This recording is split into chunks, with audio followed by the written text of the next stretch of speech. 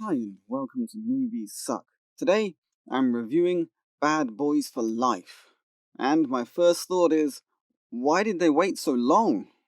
This movie should have come out before 2010. And right now, we should be watching the Bad Boys version of Indiana Jones and the Crystal Skull. And I would be panning it like hell because that movie was utter trash. But I digress. In fact, there have been rumours about this film since, 2008? But due to various reasons, from money to actor availability, and quite a few changes in scripts and script writers, this movie just never seemed to manage to make it out of development hell. So we come to the end of yet another decade, and finally, they got their shit together, and we now have Bad Boys for Life, a movie that is both long awaited and worryingly late in coming. I say worryingly late because both Martin Lawrence and Will Smith are now nearly 20 years older than when they last inhabited these roles. When last Mike Lowry was enacted, Will Smith was 33 years old, and Martin Lawrence was very spry in his late 30s. Sadly, they are now showing their age, and are not nearly so athletic and boyish, which would have been fine for the fourth installment, but I feel that we, the audience, have missed out on what could have been another great film had they still been in their prime. Nevertheless, we must not dwell on what could have been. Instead, let's concentrate on what we have, which in this case is a very much over-the-hill Marcus Burnett. Though if he lost a few stone, I think he would look as lively as he always did. And a Mike Lowry, who is now a little jowly and not boyish looking anymore, though Will Smith is still very obviously in pretty decent shape. Another area in which this movie has lost out is that Michael Bay is not directing. A thing which I was shocked to discover, since it is his cinematic style that created the feel of the Bad Boys movies. And by losing him, we will instead be given a copycat bit of direction, which is not to say that it won't be good, but it won't have the exact feel of the previous two movies. And that is the case here. The directors, Adil El Arbi and Bilal Fallah, are no doubt fairly good at their craft, as this movie moves along quite well, but it doesn't have that same frenetic, dramatic feel that the original two movies had in spades. And this combined with a script that really didn't manage to make the characters sound exactly like bad boys we're used to, left me feeling a little cold and slightly bored at times. Marcus and Mike have always had a rocky relationship in these movies, and this film is no different. They are, as usual, both at each other's throats and hugging and being all mushy all at once. We even hear some new information about Mike's past, which to me seemed very forced and out of place, but which was used as the basis for this entire movie. I really did want to like this movie, as I'm a fan of Will Smith, even though he has made very little of note in the last 10 years.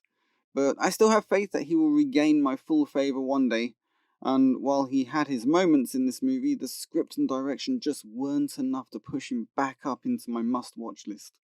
Martin Lawrence was given less screen time in this movie than in previous outings, and due to the script, he felt a little pushed out, which wasn't at all helped by having such a large supporting cast. The Ammo Squad, or whatever they were called, were an unnecessary hindrance in this movie, and just wasted a lot of screen time that could have been much better used to dwell on the relationship between Mike and Marcus, which, when it was showcased, was still fun and interesting, but which was kind of lost in this movie due to the preponderance of the script to just flow past them and on to the next scene. Another thing that really didn't work for me in this movie was the bad guy, or girl, as is the case here. Hollywood 2020 people, gotta be at least a little bit woke, even if it's a bro film. The bad guys in the Bad Boys movies have always been larger than life, over-the-top characters, which works well with the cartoony vibe of the movies. But here we have a bad guy that made no sense in the story other than, oh yeah, she was always bad, you know? No real reason why was properly given, and Mike Lowry just made himself look a fool in this regard too, which I found disrespectful to the character's movie arc. There is also another generic bad guy, but he just isn't worth the time to elaborate upon. Going back, it is fair to say that Bad Boys 2 was not technically a great movie. In fact, neither was the original Bad Boys. But they transcended their fairly by-the-numbers formula by having two leads who had exceptional chemistry, and a directing style that had great dramatic energy and just enough actual substance to make some compellingly mesmerizing cinema. I don't think that this is the case here, and that is a sad thing, as it means that Bad Boys for Life has to some degree lost its heart. And that in a movie series that is unquestionably about two men and their love-hate relationship is just a great loss. Okay, now, while I've talked at length about what I found less than great about this movie, let's have a look at some of the things I actually liked. For instance, when Lawrence and Smith were given a chance to have some concentrated dialogue, it was fun to see them back together, jibbing off one another, and generally having a bit of fun. It was also very nice to see the captain back. I'd hardly hoped that they would manage to get the whole gang back together, and his time on screen felt just like the old days. Unfortunately, he doesn't get nearly enough screen time, which is a shame. Let's see, another thing I liked was the fact that this is purely intended to be an action movie. There is no real subtext to the story, it doesn't really attempt to make any sense or say anything about society at large, it just wants to be what it thinks the audience want to see. I believe it fails in this respect, as what the audience wanted to see was another Bad Boys movie, not a run-of-the-mill action comedy that doesn't quite have the feel of the franchise it's inhabiting. With both the story and the directing letting this installment of the franchise down, let's hope that by the time Bad Boys 4 rolls around, we will have a story which showcases the two lead actors and manages to blend high-octane action with actually funny dialogue. With luck, maybe Michael Bay can be dissuaded from another terrible Transformers movie and back into the Bad Boys fold. That is, if this makes enough money for the studio to be able to afford to have him.